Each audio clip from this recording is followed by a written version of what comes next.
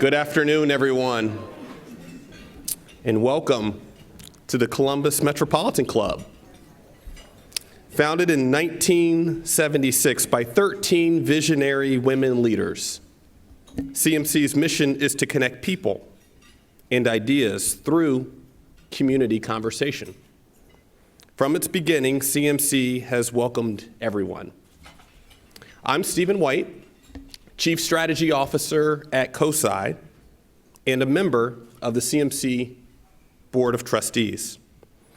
It's my pleasure to welcome our in-person audience today, each of you, and to say hello to all of you watching via our live stream today.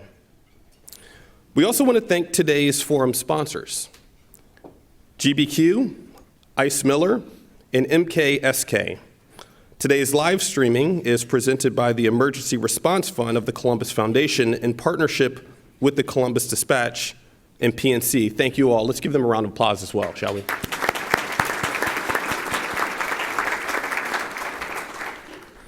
So let's get started with our conversation here today, shall we?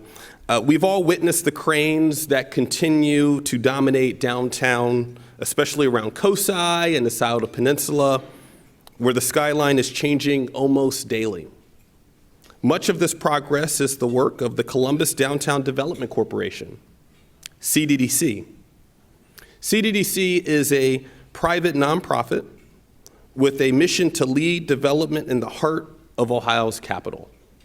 Today, we'll learn about CDDC's current projects, what lies ahead as downtown Columbus navigates beyond COVID in the future. And now let's please welcome today's panelists. First, Greg Davies, CEO of the Columbus Downtown Development Corporation.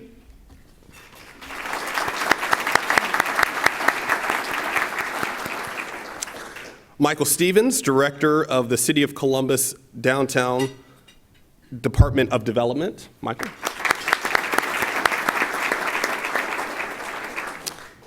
Amy Taylor, President of the Columbus Downtown Development Corporation.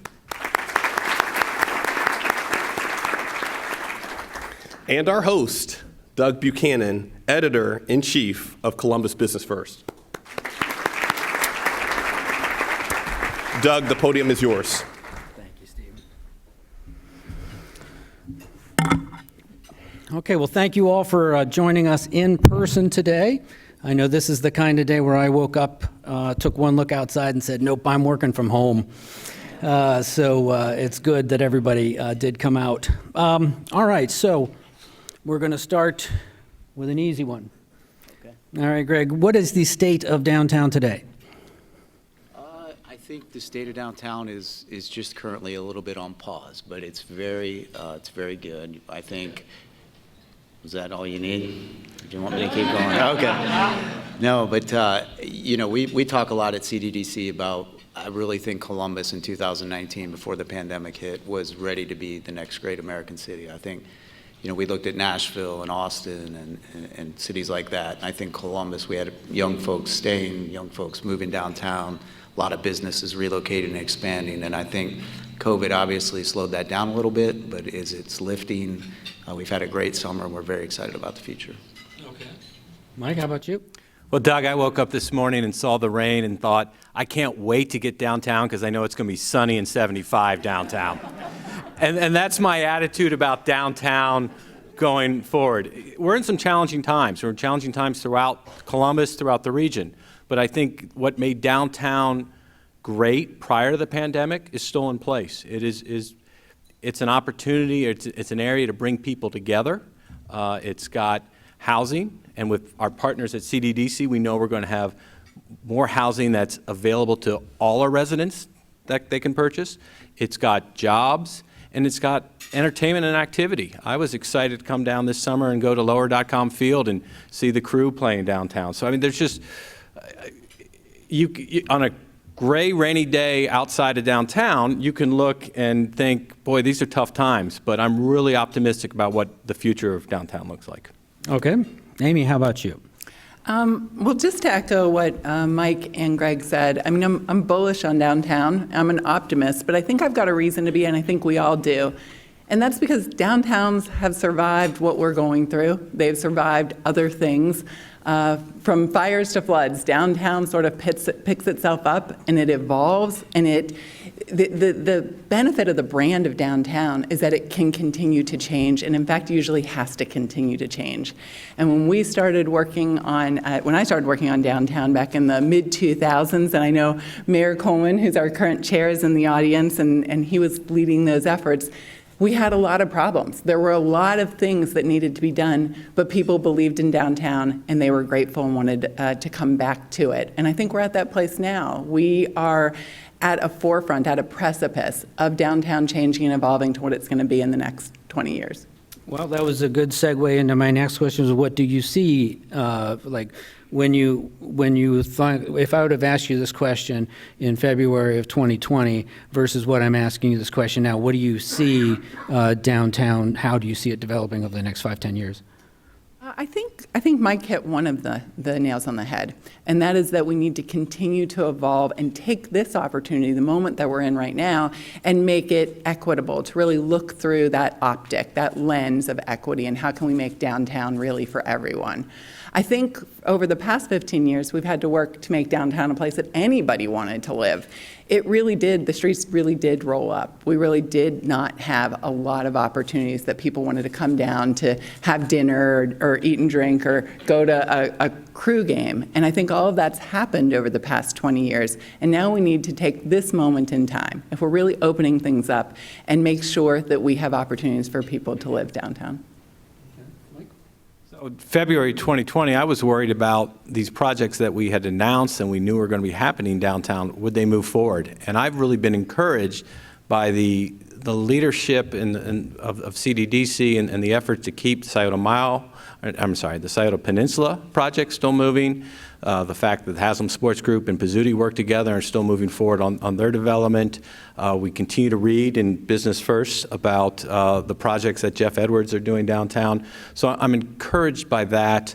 But even prior to the pandemic, in February 2020, the mayor was talking about how can we get more affordable housing downtown, and we saw the leadership of CDDC in working with Flaherty and Collins as part of their project to include some affordability in their project and have those residents down there. So, I mean, a lot of what we're going to talk about and how we're going to come out of this pandemic in a way that's more resilient and more equitable, we were thinking about that before the pandemic, and it's important to keep that momentum.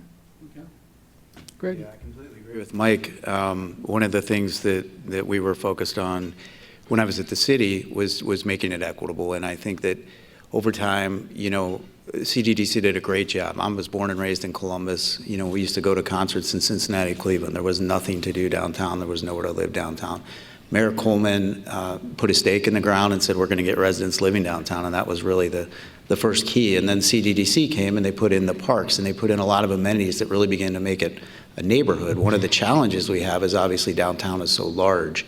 So we're trying to figure out moving forward, how do we connect different parts of downtown to create individual neighborhoods, but all one big neighborhood. And that has to be for everybody in the community, and that's really what we're focused on now. But I think the table was set very well by my predecessor, Guy Worley, and Mayor Coleman, and Mayor Ginther is now looking to put some policies in place rather than more infrastructure.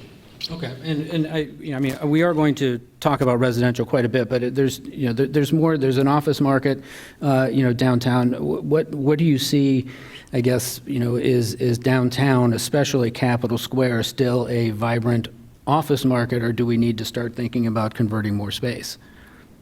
That's a great question. I think Capitol Square is certainly an area that we focused on. A lot of people ask, when are people going to come back? When I started in June, Amy and I started in our new roles, we were telling everybody by Labor Day this should all reset, and we were excited. Everybody was getting vaccinated, and things just kind of stopped. But from all I've heard from Morpsey and others, this community is still going to grow, probably double in the next 30 years. And those people are going to need to work. They're going to need to live places. So even if some folks do work from home or these hybrid models continue, I do think people are eventually going to come back, and we're going to have a lot more people to make up for what little amount doesn't come back. Okay. Amy or Mike, do you agree? I definitely agree. I think that that Greg really hit the nail on the head. We do have office buildings built in the 60s and 70s, and they do border Capitol Square because that's where downtown sort of grew from. And I think we, as a community, the city, CDC, and other partners need to take a look at how to best redevelop them, best use them for, and also figure out what they're best used for. The good news is we're not alone. Cities across the country are dealing with the same type of 1960s skyscrapers that don't have parking, that have antiquated floor plates.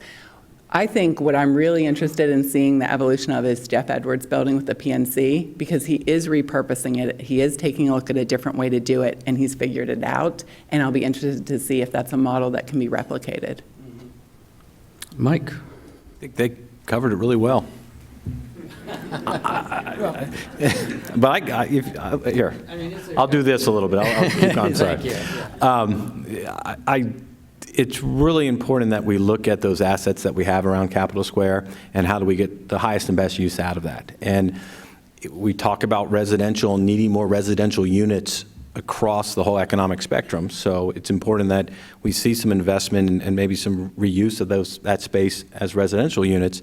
I still think there'll be that need for office units and office space, and I'm really encouraged that once we get through this pandemic and we return to whatever the new normal is, people are going to be coming back to offices because there's that dynamic of that interaction in person that's really important, and I think we're going to see downtown as a job center continue to thrive and attract. And the fact that we're putting new office space in place as well to meet some of the evolving needs of businesses and companies and their cultures will help bring companies and people downtown. But I think the existing space is going to still be productive.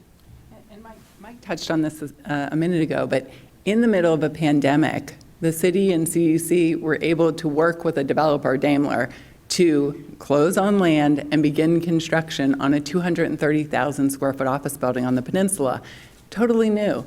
This is a company, and for any of you who've worked with the Bob Whites at Daimler, I mean, they are conservative, they are savvy, they're sophisticated, they are really top tier in office developers, and they took a chance because they're bullish on Columbus and downtown.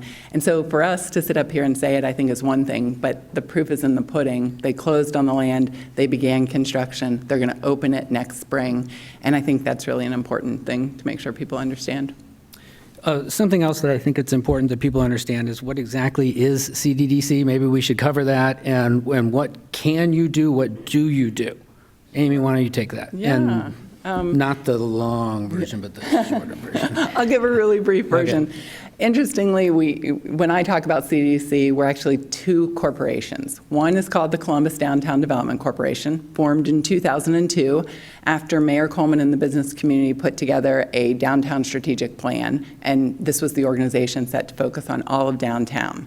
The sister organization is called Capitol South. That was formed in 1974 to put together the land just south of the Capitol, which ended up being City Center for a few decades and is now Columbus Commons. So Capitol South focuses a lot on Columbus Commons, providing those 250 events a year and working on the parking garages. CDDC really has that border of the entire downtown, and it works on everything from the Scioto Mile to the Scioto Greenways, the Lazarus Building, really whatever our city partners feel is important to work on, and we did a downtown strategic plan in 2010 that really charted the course for that. But, and what exactly do you do? Are you a developer? Are you what are you? We're a nonprofit developer, which sounds like an oxymoron, probably.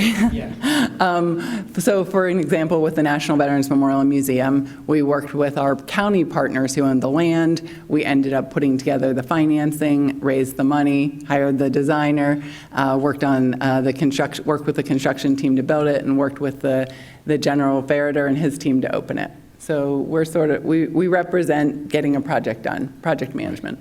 But you don't own these We own the projects. Lazarus Building, we own the Columbus Commons garages, and we own Columbus Commons. And then on the Scioto Peninsula, you are just We're the facilitating. master developer, right? So you're not on the hook for anything, right? I wouldn't say that. What? Explain that deal, Greg. Well, the city owns all that land, and that land's been, sitting there for quite a bit. And we just felt like, where in the world could you be in a large city and have that kind of availability of land to build on? And so we were very excited about it. And I was actually at the city working with Mike at the time, and worked with Amy and her team, and just thought what would be the best use there. Got a lot of input from the mayor, and mixed-use development. The city, for those of you, most of you probably know, but 80% of their general fund is funded by income tax. So jobs are always critical to the city, and that's what Amy touched on, is Daimler's going there, and we felt we wanted to build a neighborhood, so in order to have jobs, you want a place to live, and so we've worked with Flaherty and Collins and built some residential there, and then we'll have a hotel as well. So we really think, in talking to Mike, when the city looks to incentivize projects moving forward, it's really that kind of combination of jobs and housing. And retail is something that comes up a lot with downtown, and in my humble opinion, that retail doesn't come until people are here. So we really need to get people working and living downtown, and then the retail will follow. Did you miss anything, Amy? Oh, no, you got it all. Okay. Okay. And what is your funding? Where do you get your money? As I mentioned, we own the Lazarus Building, and the rents there provide CDC's funding. And then we do own those 2 parking garages at Columbus Commons. If you remember them, way back with City Center, you used to park there and walk across that sky bridge, or you parked underground. We still own them. Those garages are still full, and for all of the development that's occurred. I mean, if you think about Columbus Commons, not only do we do the 250 events a year, but it's a park 365 days a year, a 6-acre park in the heart of the community, and that's incentivized the development. 80 on the Commons, 250 High, and High Point, and then even the LC, which is across the street, all incentivized by that green space. Well, if I guess, Mike, this is for you. If CDDC was doing such a great job, you made some changes to the board. We've got a new leader, a change in direction, a shift in direction. What would you describe it as? Oh, I think it's an evolution of the organization and the direction it's going. A lot of great work over the past decade plus downtown, but now the mayor had an opportunity to make some appointments to the board where we had community leaders who are aligned and focused on how does downtown recover coming out of the pandemic, how do we focus on equity and a really inclusive growth in downtown. So having the opportunity to put individuals and community leaders like Christy Angel and Sandy Doyle-Ahern, Jeff Edwards, Mayor Coleman, Alex Fisher on that board to help continue that momentum, I think was really important. Mm-hmm. Anything, Greg? Okay. So this equity agenda, I guess the Topiary Park is part of this. Can you explain what that project is? You want to take that, Greg? Sure. So one of the things that we're really excited about, and maybe 2 years ago, we purchased some land downtown, and we're going to build 99 units right on Topiary Park, which is just an absolutely beautiful address. And the idea is to have the units at 60%, 80%, and 100% of AMI, average median income. And that allows folks who are working downtown who haven't previously had the opportunity to live downtown that option. It is very costly. There's a lot of subsidy involved. CDDC and the city both have put in resources to make those numbers work. But the mayor and the board felt it was very important to establish affordable housing and make it more of a welcoming neighborhood. It's beautiful if you live in a lot of the high-end places, but there just wasn't a place for folks making those kinds of incomes to live. So we're super excited. We should break ground in May and be open shortly thereafter. And Doug, if I could, when Greg talks about those AMI percentages, we're talking about individuals and families making anywhere between $50,000 and $80,000 a year having the ability to come live downtown. And the work that CDDC has done to put that land together and partner with the city to understand what it's going to take resource-wise to make that happen is really important to start us going down a path to have more options downtown for all our residents that they can afford to live in. Topiary Park Crossing is a really interesting model. As Greg and Mike discussed, it is a partnership that the city was integral in. And really, if you talk about putting your money where your mouth is, the city really has come to the table on that. But one of the things I find most interesting is our largest intact residential neighborhood downtown is the Town Franklin District. It's where the library is, it's where CCAD is, and this is in Topiary Park. And this building is going to be at the heart of that. So there's going to be almost 100 new living units downtown across from one of my favorite parks in the whole community. And it fits into the neighborhood. So there's a real kudos to the team who put together the design to make it fit into a neighborhood so it is and looks and feels historical without having to be it. Okay. And do you have more topiary parks on the planning board? So we're reviewing that right now, but as I mentioned, it's very expensive. And so the way I describe it best is, we're trying to show people that you can do this. And I equate it to when I was at the city, then Mayor Coleman really took an interest in East Franklinton. And we spent a lot of money on houses, rehabbing them and doing things that from a business model weren't something that you would want to do on a regular basis. But what it did is it brought attention to the neighborhood. It got other people excited. And now you see a lot of private investment going in there. And so we're hoping by doing this project downtown, more people will follow. One of the plans that we're working on right now is, because it's so expensive to acquire land and build, what if we went to folks who have been here for a long time that own buildings that maybe because of the pandemic, maybe because people are moving up, what if we subsidize their existing properties and offered them the gap between what they get at market rate, or 60% or 80%, and we can spend a lot more efficiently that way. So that's something we've received traction on from the developers downtown. We're very excited, and we're exploring that with the city right now. Mike, any comment on that? Yeah, what we need are other, and I appreciate CDDC leading the way and showing that it's possible, but we need our other developers, and some that's our low-income tax credit developers, to start looking at downtown and finding opportunities there. And we have the voted bond authority. Our residents back in 2019 voted a bond authority of up to $50 million for us to use to support those type of projects. So the city is interested and wants to be a partner and to make that happen. Okay. You look like you're ready to talk, Amy. Oh, no. Okay. I think Greg did a great job. Mike, can you explain what else you're doing with the $50 million? So yeah, at this point, we haven't received all $50 million. It's just authority.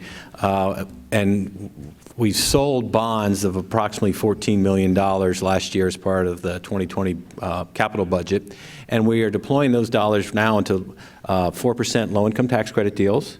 We're using that with our affordable housing trust partners. We've got some funds for them to acquire properties. And then we are also using that to a couple of our housing programs that we are working on around our land bank. So CDC's, the initiative as you just described, Greg, is, I mean, it's imaginative, that's great, but it's a, that's a very small incremental thing, and we need big, bold things to happen. I mean, is there any role, or do you see any kind of big projects that you could be involved in, or, and Mike, that the city can somehow will into existence?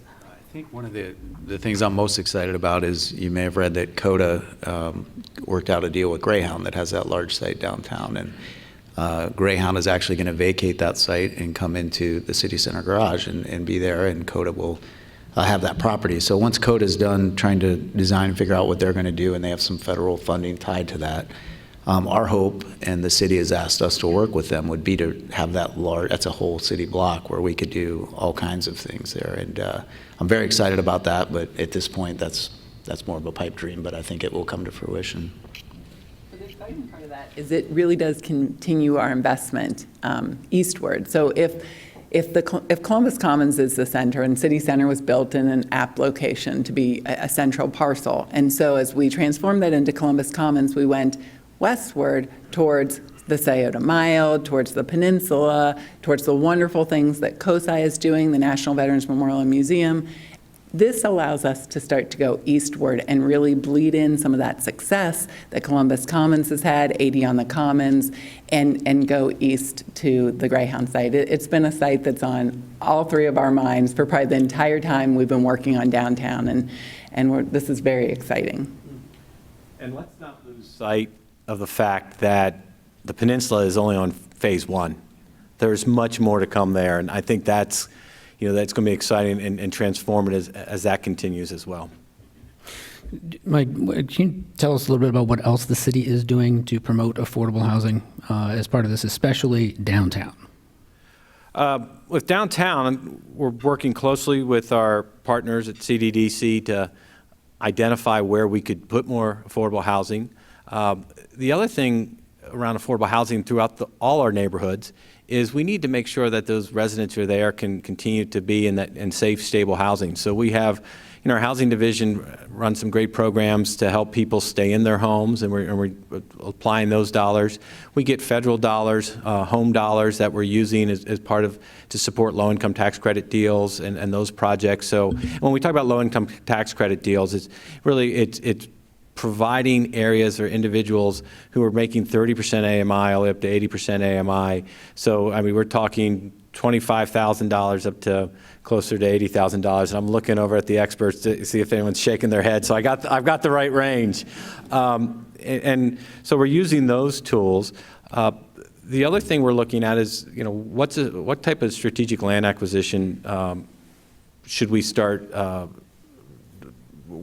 should we start developing so we can have some control over some land and work with partners like Cddc. I think a great example of some affordable housing and doing that is working with NextGen and the Mulby Place development they're doing with Homeport. So it's the city alone can't solve it, and if the mayor was here, he would tell you that this isn't a City of Columbus issue either. This is a regional issue, and we need to continue to work across the region to encourage more investment in housing and housing that's affordable for individuals across the community. So there's a lot to do, but we're happy to be out on the front and leading that effort. Yeah, I think that's a really important point. And downtown is a very small part of the landmass of the city of Columbus, but it's 16% of all the revenue generated for the city. And so downtown is critical. We have great suburbs in Central Ohio, but I'm not aware of any great American city where the downtown is not working and the suburbs carry it. So it's critical that we focus on downtown. One aspect of downtown's desirability over the past year, impacting it, has been an increase in crime. Am I wrong on that? Has there been an increase in crime? I guess, Mike, can you answer that? Unfortunately, I don't have the statistics in front of me and did not come from any statistics. I think it's probably been more of a perception of just because of, as a result of the pandemic and people isolating and working from home, and there's not as many people downtown, so there's a perception that there's not as much going on down here. I got to tell you, I'm really impressed with Chief Bryant and what she's bringing to our Division of Police and engaging some of the concerns and issues that we have in this community around safety. I know she'll be here in a couple weeks and addressing this group, and downtown has been, like other neighborhoods, has seen some issues with crime, but I got to tell you, the work that Cddc has done recently to help make people feel safer and partner with our downtown CIDs, Capitol Crossroads, and the Discovery CIDs, and the partnership there on making sure that people know that it is safe to come downtown. And there is still that vibrancy that was here prior to the pandemic, just ready to break out. And I appreciate the support of Greg and Amy for the work they've done to make it feel safer. Amy, can you explain that?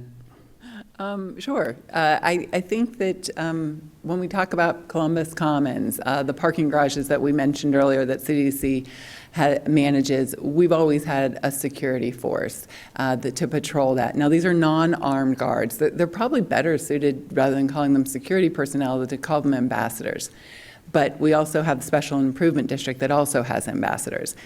The riverfront has never been part of the Special Improvement District, and it was not part of what CDC had been patrolling. But before Greg and I even started in these roles, Mayor Coleman called us, I think it was on a Sunday, and just said, hey, we've got to take care of safety. We've got to increase some patrols and make people feel safe. And so from that conversation beginning in July, we have been working with CPD to providing additional patrols from 4 p.m. to midnight every day along the riverfront. And also because we opened the Scioto Mile Fountain and had a lot of staff there that was security personnel, we've gotten at least really positive responses from people who live in Miranova, who live in Waterford, people who walk along the Scioto Mile Promenade, people who work and eat at Milestone 229. So we know that other people is really what make people feel safe. So the more we can get back downtown, whether it's to come to great events, whether it's to come to the restaurants, or whether it's to come to the office every day, that's the critical piece. But until that happens, and as we're still dealing with this COVID coming back with the Delta virus, we wanted to front end some security personnel and ambassadors so that people could feel safe, seeing them patrolling and working to engage the people who are downtown who need help and need a place to live. I think just having a lot of people downtown eliminates a lot of the perception of crime as well. I think, any big city you're in, when you're walking and there's a lot of people and you're in a crowd, you feel safe. When it's abandoned and you're walking alone, it doesn't. Whether it's as safe or not as safe, you don't know, but you certainly feel more safe. So, it's incumbent on us to get people to come back downtown. I encourage all the employers and governments to, as soon as possible, start having people report to the office and working downtown and getting back to where we were. Okay. Well, we are going to move to questions from our in-person and live stream audience in just a few minutes. So if you have any questions, be sure to line up at the microphone back there, and we'll start that in just one moment. Mike, what do you think the developer community most wants out of the city to downtown? I think we're really fortunate in Columbus with the high quality developers we have and the partnerships that we've been, through the 3P or the public-private partnerships that we've been able to engage in. I think they want that continued support, whether we're sometimes the city making the investment in infrastructure or other incentive tools. I know developers are interested in, how do we improve our processes to speed up the amount of time from conception to construction. But what's really important is they want to partner. And why Cddc and Greg and Amy are so critical is the city can rely on them as this private not-for-profit that's really aligned with our priorities to go out and engage with developers and ensure that we're getting the projects and the product that we want. And that's why it's so important that we have this type of partnership downtown. And obviously, that's and you can bring in the affordable housing component and ensure that it's included if there's partnerships going on. Yeah, there's a level of there's some gaps, right, to make some of these projects viable, and some of the city funding and federal dollars that we have, we can use to help close that gap and make sure that we have guaranteed affordability for income qualified individuals. Okay, well, it is CMC's long tradition to take audience questions. Jane Scott of CMC is curating questions from the live stream audience. For our in-house audience, please join Jane at the microphone. We do ask that you keep your questions brief and to the point. And if you don't line up and ask enough questions, Greg and I are going to talk about the Grateful Dead. So, well, I think ahead. fortunately for everyone, we have lots of questions. Lee Martin, much of the residential development built recently has been low-rise. Is there any concern that this land is underutilized and will need to be torn down in the near future to build taller structures?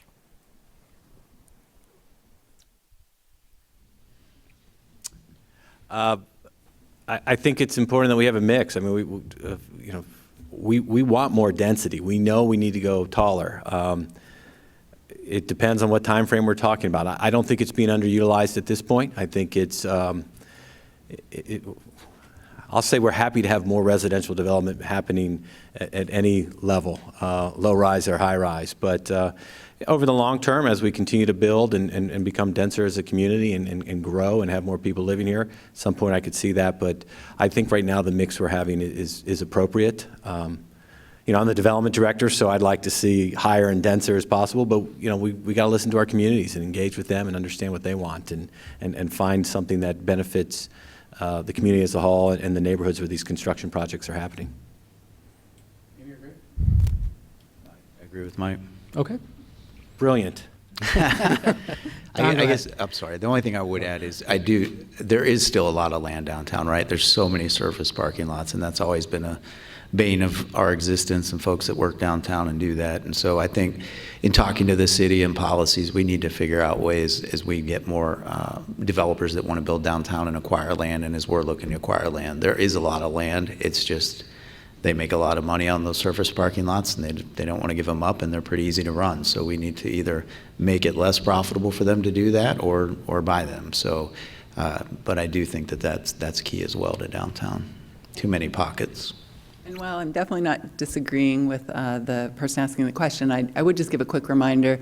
Mike DeSantis built 2 10, 12-story buildings along High Street. We've got 250 High. We've got the new at the Peninsula, one at the Peninsula, which is going to be 11 stories. So there's definitely some density mixed in. Good. Greg and Amy, this is kind of your coming out party and your promotions at the CDDC, so congratulations, and thanks for being a great landlord to us at the Chamber, too. Mike, this is your second stint as our Economic Development Director after returning from Chicago, of course, and leading Smart Columbus. How have things changed from your perspective in leading the city's Economic Development Department? And then also, how are you pivoting, or how have you pivoted in working with developers in attracting companies downtown? I've gotten a lot grayer. Is probably I see that change every day. One of the biggest changes is when I was privileged to serve with the city previously in the development department. We were coming out of a couple recessions, and one of them, was the Great Recession, and we were really laser focused on what can we do to continue to attract jobs and investment. And I think the community as a whole came together, the private sector, the public sector, and founded Columbus 2020, which is now One Columbus, and really put them on a mission to go out and sell our community. And the work that they have done and the success we've seen from that has been really important to the results we've had.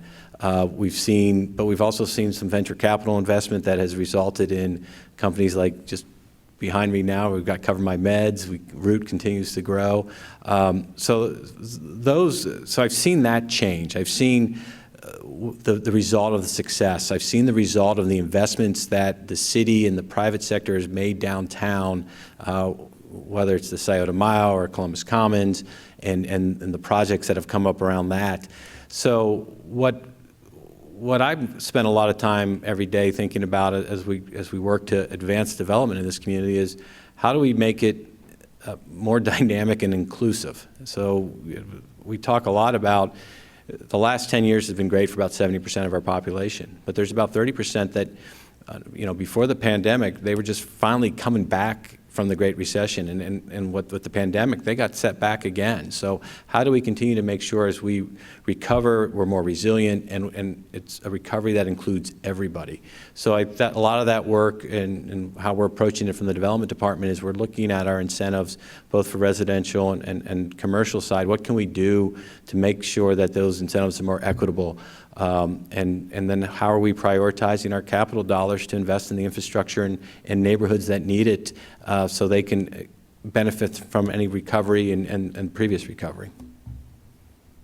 So this is a related question. So much of our conversation in the community is about affordable housing. What kinds of things are CDC and other entities, the government, able to do to help businesses improve wages, that we have a more living wage, and it's not just on the what can you afford, but having more money to afford better?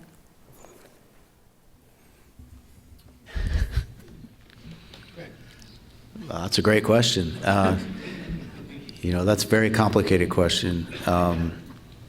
The only thing I would say is the city leads by example and pays an affordable living wage. And everything we do from a construction standpoint, we mirror the city, and we try to do the same and respect that and set that example. I'm not sure that the city has the capability of telling a private employer how to pay. I mean, obviously that's their decision, but hopefully we can educate them in understanding that, people always say that, the best program's a job, and I think, that job has to pay a decent wage. Otherwise we're not going to be able to build our way out of this. We're not going to build enough housing at the wages that people make that they can afford them, and so the city's subsidy, CDDC subsidy, at some point will come to an end, and the federal government might not be as excited as it is right now to help out. So I think that's incumbent upon the community, and that's really a conversation that needs to take place with everybody. And from a city perspective, as we incentivize and invest in projects, we need to make sure those projects are aligned with our priorities. And we need to go after projects that pay a higher wage and have some type of workforce pipeline development component. So we're just not bringing in new jobs that attract new individuals to the region. We're providing opportunities for those individuals who live in the city already.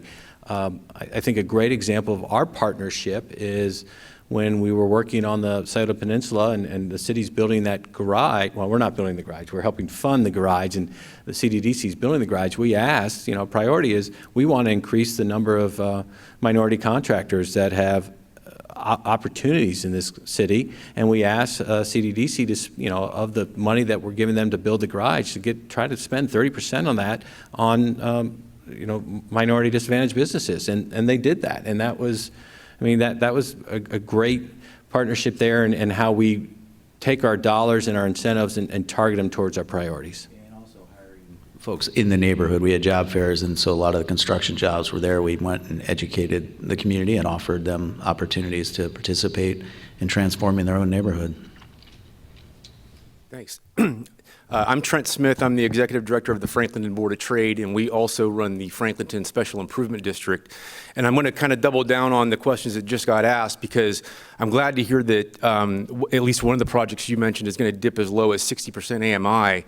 But realizing that a lot of the workers who are necessary to make downtown what it is are low-wage retail and service workers, are there aspirations and or opportunities for CDDC and the city to partner to actually create housing that goes to 30% or 50% AMI, where those people's wages are living and are probably going to be for a while before they see any kind of a significant increase? Greg, do you mind if I jump in on that one? Yeah, I think that's a lot of the conversations that Greg, Amy, and I have is how do we find that niche of what's available to get that housing. And I don't think it's the city or CDDC that's going to be the ultimate entity that delivers that. It's going to be some of those low-income tax credit developers that we've partnered with, working with them and CDDC to find some space in the downtown surrounding areas to provide housing at that 30 to 80% AMI, and then some of those, that's permanent supportive housing when we get down to 30% income AMI levels. So what can we do to bring in those partners to provide those wraparound services to help lift up those individuals? But that is something that CDC is equipped to do and would have an aspiration to do? For sure. When I said earlier that Topiary Park was kind of the flag in the ground, that was the mayor saying affordable workforce housing is important. It needs to be downtown. And since that time, and we've had a lot of conversations, we're having another one today about the importance of affordable housing and what it does for a community. And I think, we just keep pushing that. And we've met with CMHA. We've met with a lot of the developers Mike just mentioned. And we would love to partner with someone that could bring resources, that could partner with the city's resources, and we could help facilitate. CDDC, we really, and Mayor Coleman as our chair, has really put a focus on. He wants CDDC to be the face of downtown, and we want to be as open and welcoming as possible to all ideas that provide for a true mixed-use neighborhood. It just, I think historically has been proven that if you put segments of economic salaries and people in one area, whether it be rich or poor, it's just not the best way to do it. And so we have this opportunity now coming out of COVID to really rethink how we're doing it. We're having great community conversations the last couple of years, and I think that we would be more than open to doing that. That's great to hear. Thanks. Lynn Stan asked, does CDDC have a way for individuals to invest in projects and become co-owners? Not that I'm aware of. And I think Doug hit on this when we were trying to describe CDC, is that in the end, Toberry Park Crossing will actually be our first residential unit, first residential building that we'll own. Most of the time, we're the intersection between the nexus between the private sector and the public sector to get a project to go. So with the Scioto Peninsula, we really worked with our city partners, worked with our development partners to make all the deals work. So at this point, that has not been part of our portfolio of projects. We don't have investments in terms of equity, but we are embarking, and Amy touched on this earlier, the strategic plan that was done in 2010, and we are in the early stages of doing a new one. So we will come out to the community. We will want to hear input, and not just from individuals that work or live downtown, but we're going to go to every neighborhood and ask how they interact with downtown, ask what's important to them. And our friends at MKSK are helping us do that, and we will have more information to share in the near future about that public process. Mark Conti with Capital Crossroads and Discovery Special Improvement Districts. Great information today. You know, downtown's a very green place to live and work with its transit accessibility, walkability, and reusing of buildings and other things. But what do you think, whether it's the city, CDDC, others, any of our partners, what can we all be doing to make sure downtown is doing its part when it comes to sustainability and confronting global climate change? Well, I would point out that the building we're in, our Lazarus building, is LEED certified and has a green roof, so we were early in that conversation, and certainly Mayor Coleman and Mayor Ginther after him are very, very environmentally conscious and have an environmental office. So we always look at a checklist of items that we know that are important, and Mike described earlier. That's why we work so well together, is I think we are aligned, our board and leadership and city leadership, and certainly that is one of them. As far as specific programs or plans, I don't have any, but you know, we're always, when we build anything new, we're looking at that. Hit on it, Mark. In a lot of ways, the greening up of downtown, the literal greening up, the creation of parkland has helped. Where there were surface parking lots outside of COSI, we put the garage underneath and put a green roof on it, which is a park. It's called Dorian Green. Same thing happened with City Center, is that Columbus Commons looks like a park, but it's actually a green roof to the garage. So we tried to green it up in ways like that. And then we're at an interesting, I think, intersection or junction of transit. And I think downtown has to be that hub. I know a lot of studies have been occurring that Greg and Mike are part of about how to increase the opportunities for transit and make downtown a key corridor in that. Thanks. Johnny K asks, may we see plans of affordable housing that have been considered and drafted, and how? Say that again? May we see the plans that have been considered and drafted for, Absolutely. It's gone to the Historic Resources Commission. It's gone for conceptual at the Downtown Commission. And so it's all been made public in that way. Obviously, we're still going through the entitlement process, making some tweaks here and there. Our partners at Moody Nolan and as the design team for that. And so that's all been made public. I'm not sure if that totally answers the question, but that project is out there. so Carol McGuire asks, with the change in leadership at both CDDC and Columbus Partnership, how will these two entities work together? Before I became CEO of the Downtown Development Corporation, I split my time between the Columbus Partnership and CDDC. So I have a very good relationship with Alex Fisher and Kenny McDonald and work closely with them. Amy and I recently met, and some staff were looking to partner on a couple of projects downtown, and we are right across the hall from each other physically. So we have a very strong relationship, looking to strengthen it even more, and excited to see what Kenny's going to do. Carol Mary asks, how does the panel look at balancing renovation and preservation versus new build? That's a very good question as well.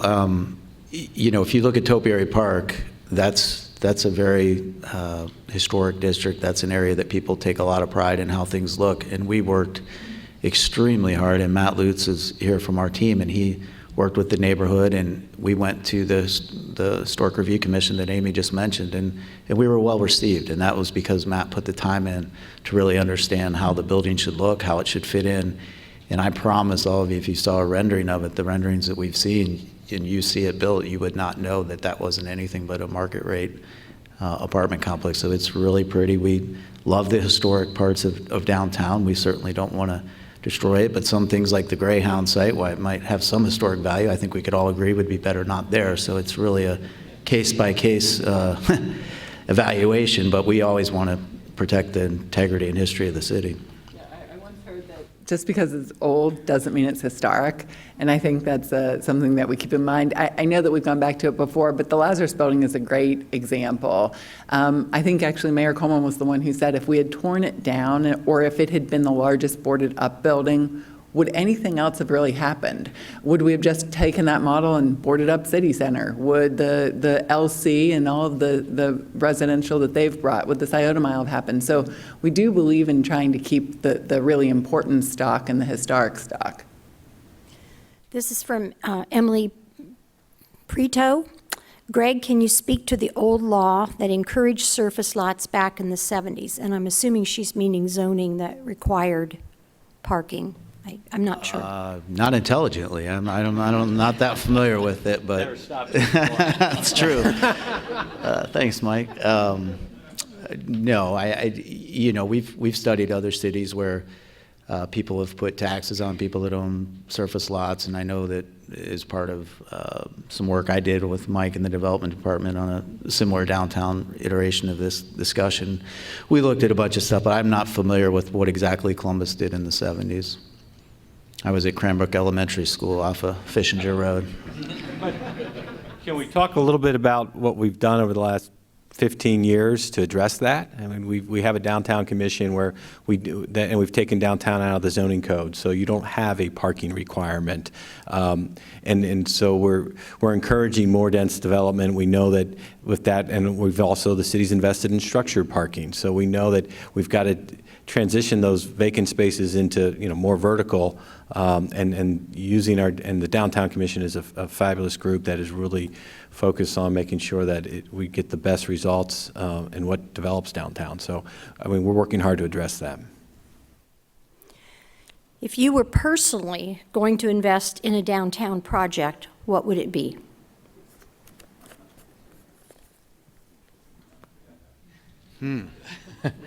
Mike, are you allowed to answer that? No. Mayor Coleman says invest in CDDC. Yeah, I don't think I could pick just one. I think they're amazing projects. We've mentioned only a fraction of them today, and I feel badly for all the ones that we didn't. But we've got a lot of things are happening downtown, and all the investors are lucky to be a part of them. Okay, well, I wish we had more time, but I'm going to now turn it back over to Stephen White for closing remarks.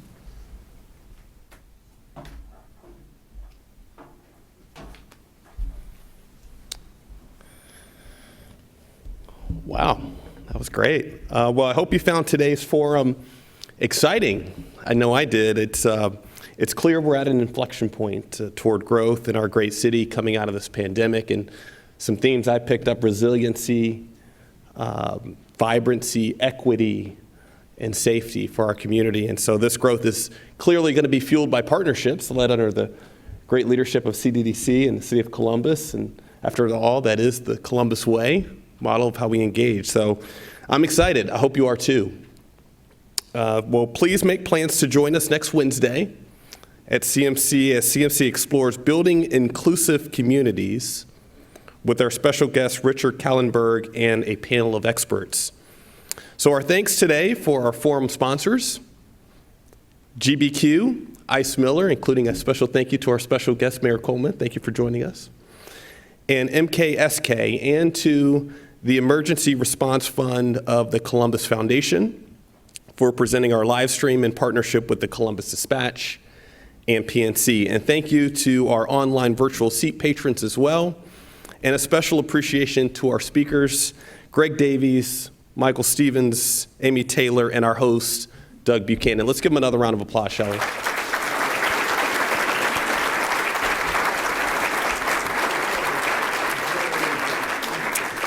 Thank you all for joining us today. We could not do this without each and every one of you. We look forward to seeing you next Wednesday as the Columbus Metropolitan Club presents yet another community conversation. Thank you and have a great day.